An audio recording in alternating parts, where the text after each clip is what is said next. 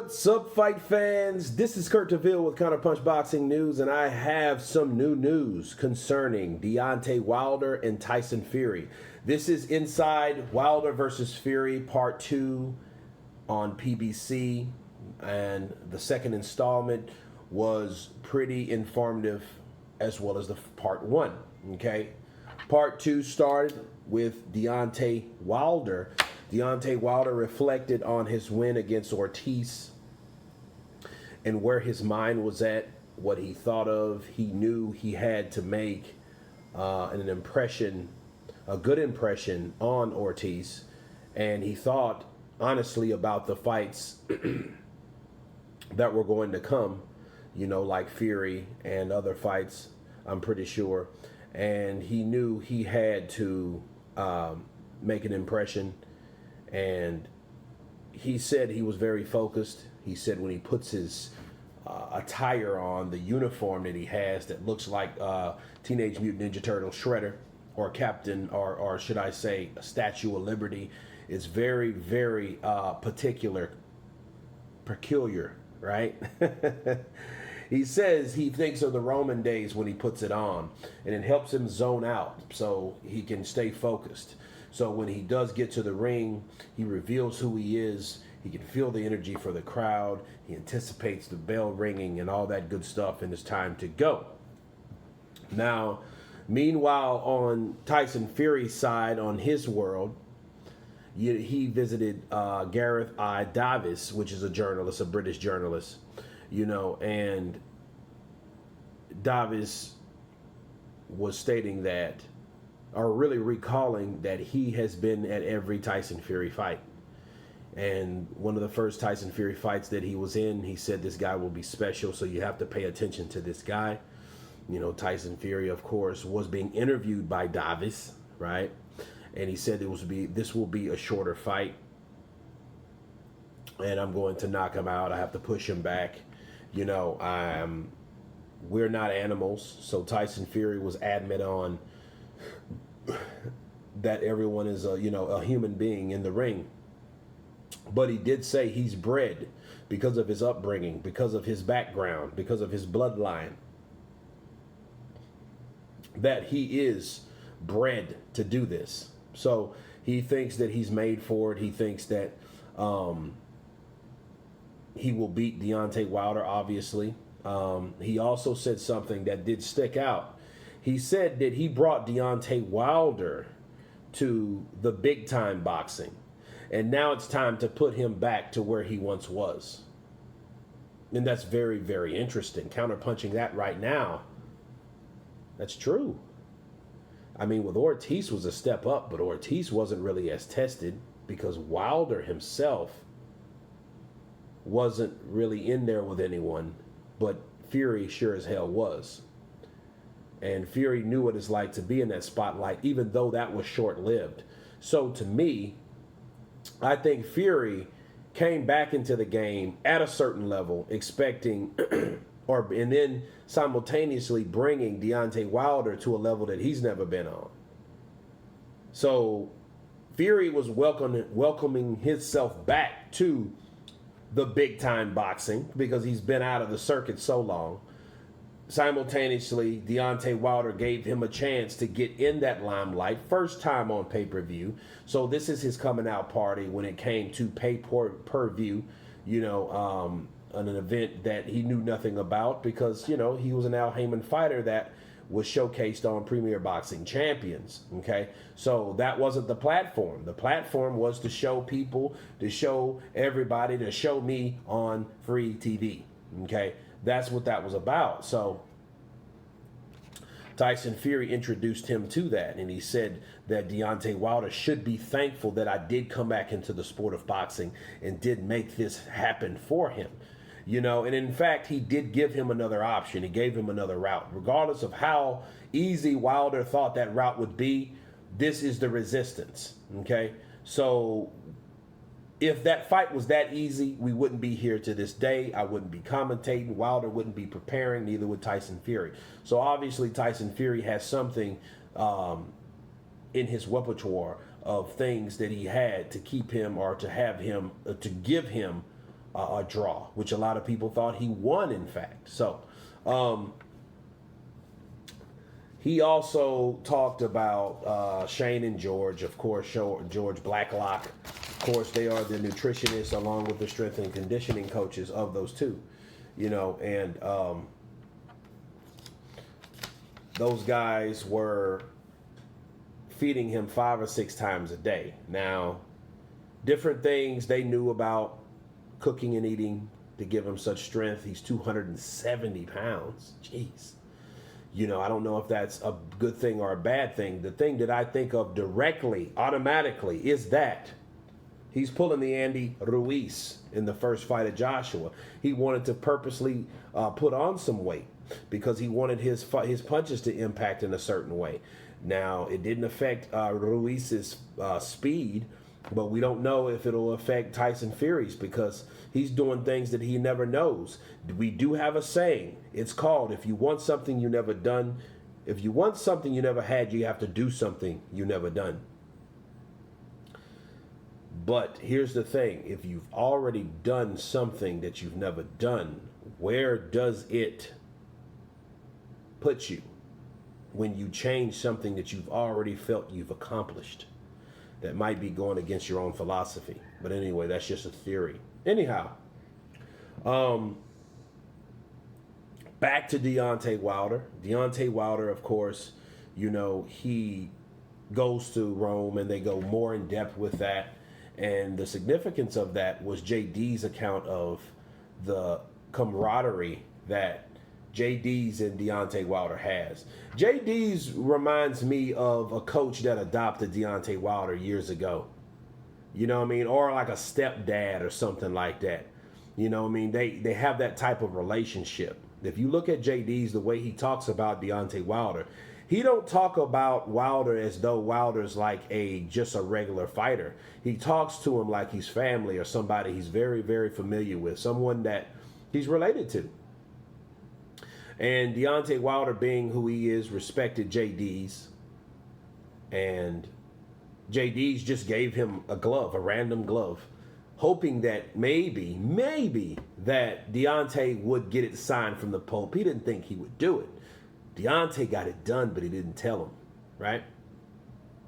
So later, like a few days after JD's was explaining the story, that Deontay was talking about this and that and this and that, and then out of the blue, he was like, oh yeah, by the way, I got that glove for you. So JD's was astounded. He knew that's something that cannot be replaced. And he did that for JD's. And then that just shows that he looks at his trainer / co-manager like family. And, and you can tell the way he talks about, JD's talks about Deontay Wilder like this is his son, honestly. He's going to do a good wonders. Yeah, he's ready. He looks like this looks like the end of training. And this is just the beginning of training. And it was, but it just shows you, something about,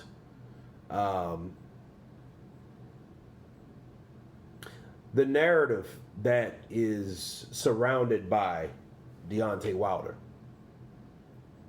And I want to mention this now, briefly, but JD's does respect and look after Deontay Wilder. Since being his trainer and co-manager, he looks after Deontay Wilder. And then, of course, Deontay Wilder doing that for him shows that he appreciates him in his position where he's at, where he's been in his career all these years. Okay? So I just want to let you know that. I will do a follow-up video on that because I'm going somewhere, but I don't want to get too far off the beaten path because we're going back and forth. Meanwhile, with Tyson Fury goes home. He visits his cousins, his brothers, and he was saying how the normal Fury feuds and protocol goes around the house where they just fight without gloves. They bare knuckle fight. They sucker punch each other. That's the Gypsy Irish way, And they were telling stories on how Hughie Fury himself, if you catch him without gloves, he'll beat your brains out, So, it's good the camaraderie of the Furies, because it's a lot of Furies, believe it or not. So a lot of people don't know how big that family is. It's a boxing family. They've been doing that for hundreds of years, right? So all down to John and the Tyson, the Huey, and then his son, his father. So they've been doing that for a long time. Back to Deontay Wilder. Deontay Wilder visited his aunt, which this hit home for me because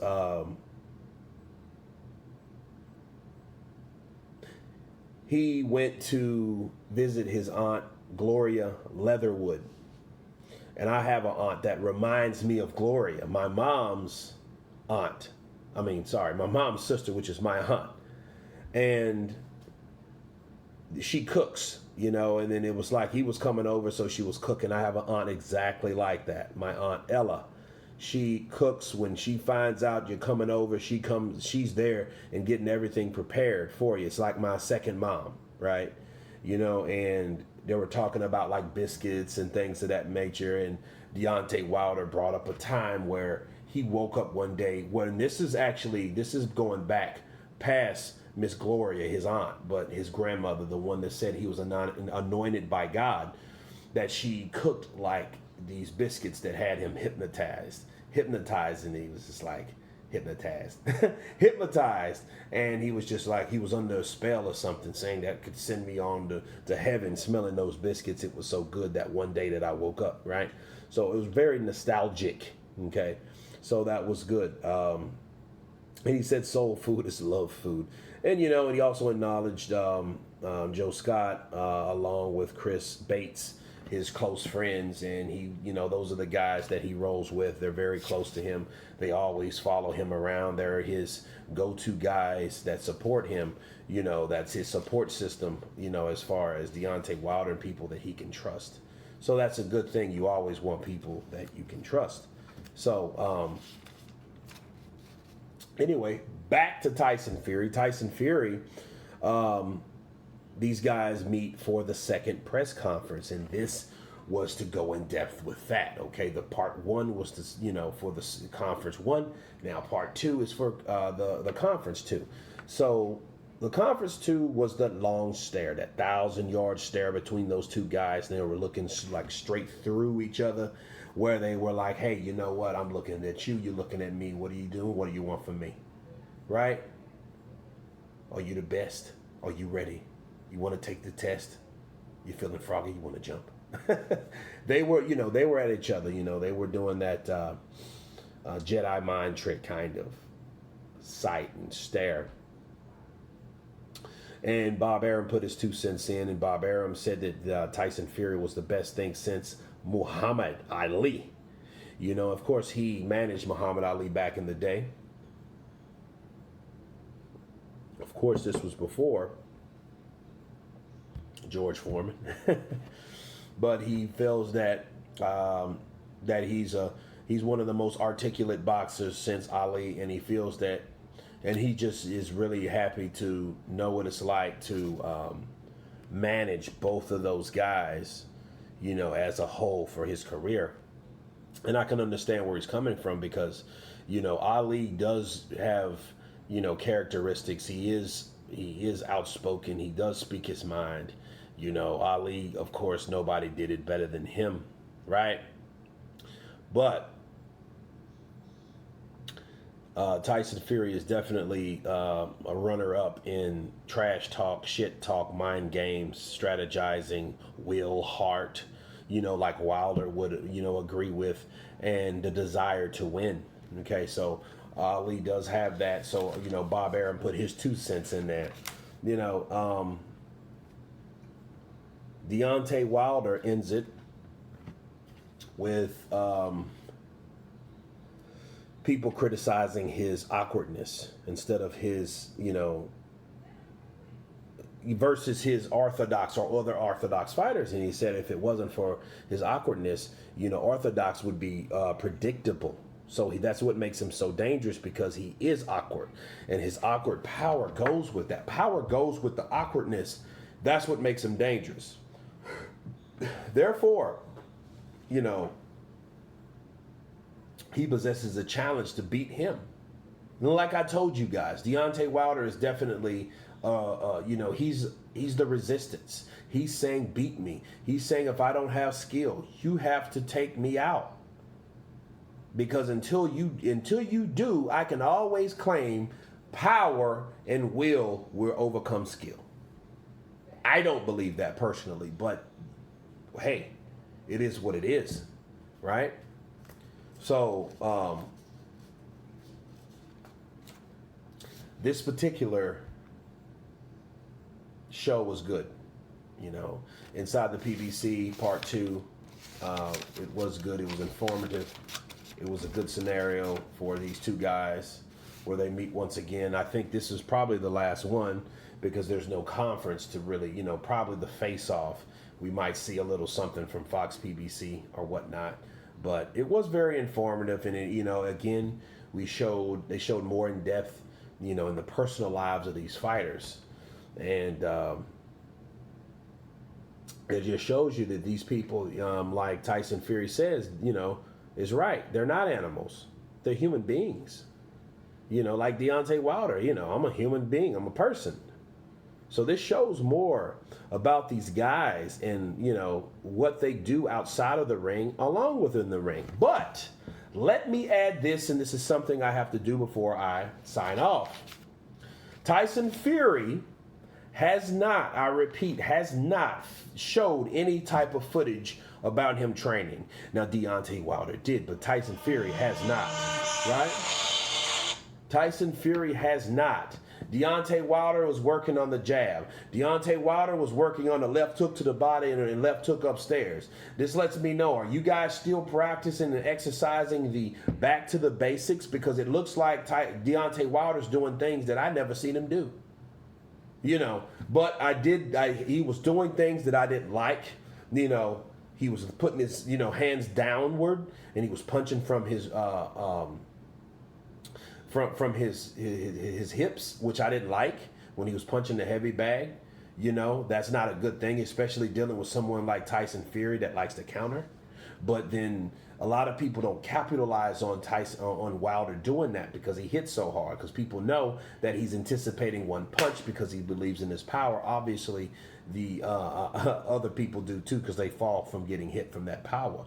But everything remains the same. Deontay Wilder is trying to be more technical. I think he's trying to work on more punches and putting those punches together so when he does hit Tyson Fury and he does hurt him, if he does get up, which more than likely he will, he wants to be able to put the right type of punches together to Tyson Fury. That's my counter punch on that. But that's something I wanted to end at the end of the day with you guys.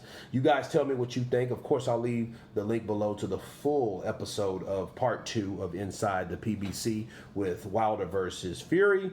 And you guys leave your comments below. And you guys been Counterpunch. Peace.